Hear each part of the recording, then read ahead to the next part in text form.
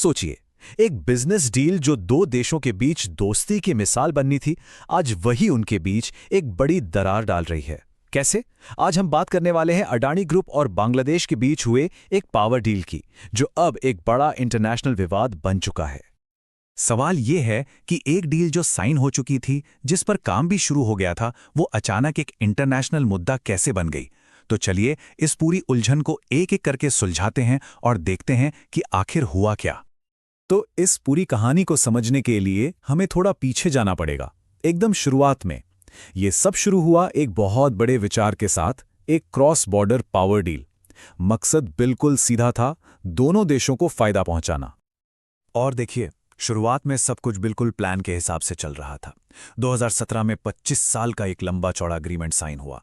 2023 आते आते तो भारत से बिजली बांग्लादेश पहुंचने भी लगी थी। सब ठीक था, लेकिन फिर अगस्त 2024 में बांग्लादेश की सियासत में एक भूचाल आ गया।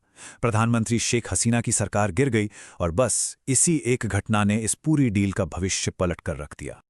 और ये कोई छोटा मोटा इन्वेस्टमेंट नहीं था। मतलब अडानी ग्रुप ने खास तौर पर सिर्फ और सिर्फ बांग्लादेश के लिए भारत में 800 मेगावाट के दो बड़े पावर प्लांट खड़े कर दिए, कुल मिलाकर 1600 मेगावाट।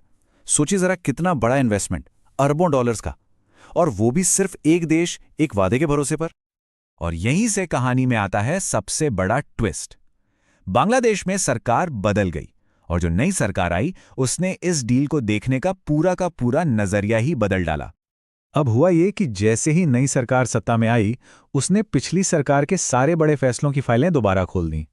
और ये सिर्फ अडानी डील के साथ नहीं हुआ, बल्कि हर बड़े समझौते पर सवाल उठने लगे, हर डील को शक की निगाह से देखा जाने लगा।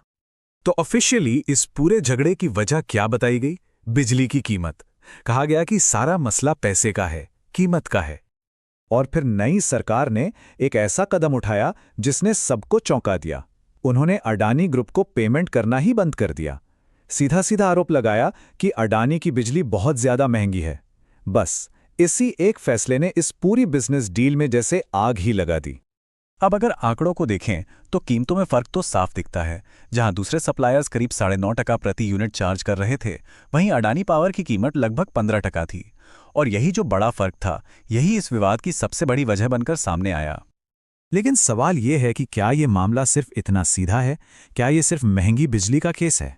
खैर, जो सोर्स मटेरियल है उसके मुताबिक नहीं। उनका तर्क बिल्कुल साफ है। A deal is a deal. मतलब एक बार समझौता हो गया तो उसे निभाना ही पड़ता है। सोर्स तो एक बड़ा तीखा सवाल भी उठाता है। वो पूछते हैं, जब आपने डील साइन की थी तो क्या आप नशे में थे? कहने का मतलब बिल्कुल साफ है कि भाई, जब बांग्लादेश की सरकार ने ये डील साइन की तो सारी शर्तें, सारी कीमतें देखकर सोच समझकर ही की थी।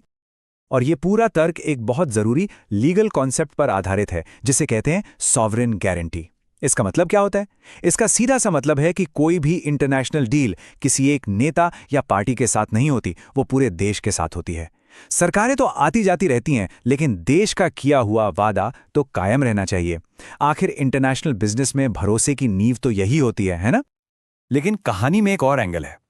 सोर्स का मानना है कि यह सिर्फ एक बिजनेस का झगड़ा नहीं है। उनके मुताबिक पर्दे के पीछे एक बहुत बड़ा जियोपॉलिटिकल गेम चल रहा है। मतलब सोर्स का एनालिसिस ये कहता है कि ये जो कीमत का विवाद है ना, ये तो बस एक बहाना है।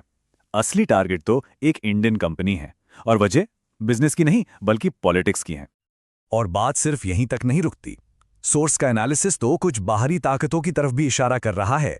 इसमें पाकिस्तान की खुफिया एजेंसी ISI के एंगल और चीन के अपने स्ट्रेटेजिक इंटरेस्ट की भी बात कही जा रही है। सोर्स इस पूरे मामले को एक और बड़े इंटरनेशनल कंपटीशन से जोड़कर देखता है। याद है जब अडानी ग्रुप ने इजराइल के बेहद जरूरी हाइफा पोर्ट की बोली में चीन को पीछे छोड़ दिया था? तो सोर्स का मानना है कि हो सकता है ये उसी बात का बदला हो, चीन के लिए अडानी को परेशान करने का एक मौका। तो अब सवाल यह है कि आज की तारीख में क्या हो रहा है? आज ये समझौता एक ऐसी जगह पर खड़ा है जहां इसका भविष्य क्या होगा कोई नहीं जानता, बिल्कुल अनिश्चित।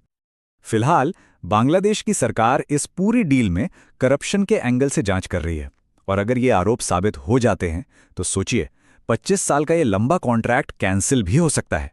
मतलब अरबों डॉलर का इन्वेस्टमेंट एक झटके में खत्म। और पैसों का मामला तो फंसा ही हुआ है। करीब 2 अरब डॉलर के बिल पेंडिंग थे। इसमें से कुछ पेमेंट वो भी तब हुई जब अडानी ने पावर सप्लाई काटने की धमकी दी। इससे साफ पता चलता है कि दोनों तरफ से भरोसा अब लगभग खत्म हो चुका है। तो आखिर में ये पूरा मामला हमें एक बहुत बड़े सवाल के साथ छोड़ जाता है कि जब किसी देश की राजनीति बदल जाती है तो क्या उसके किए हुए वादे भी बदल जाते हैं? और आखिर एक देश के वचन की कीमत क्या होती है, उस पर कितना भरोसा किया जा सकता है?